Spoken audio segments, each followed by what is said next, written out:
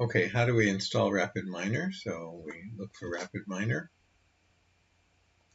Actually, it may be easier if you look for community download for RapidMinder. And let's try here. And let's try here.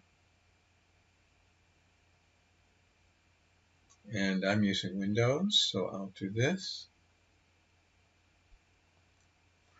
And then you can save it or open it, and hopefully it will install. Now, there's some process of registering, and I guess I can't do that here since I've already registered, but you'll probably have to do some kind of registration process in order to use the community edition.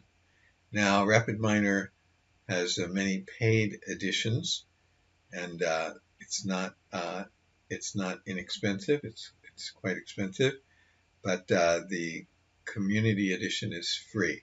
There are some limitations on the community edition, I think, in terms of the size of the data that you can process. But anyway, this is how you would download it and install it. Once it's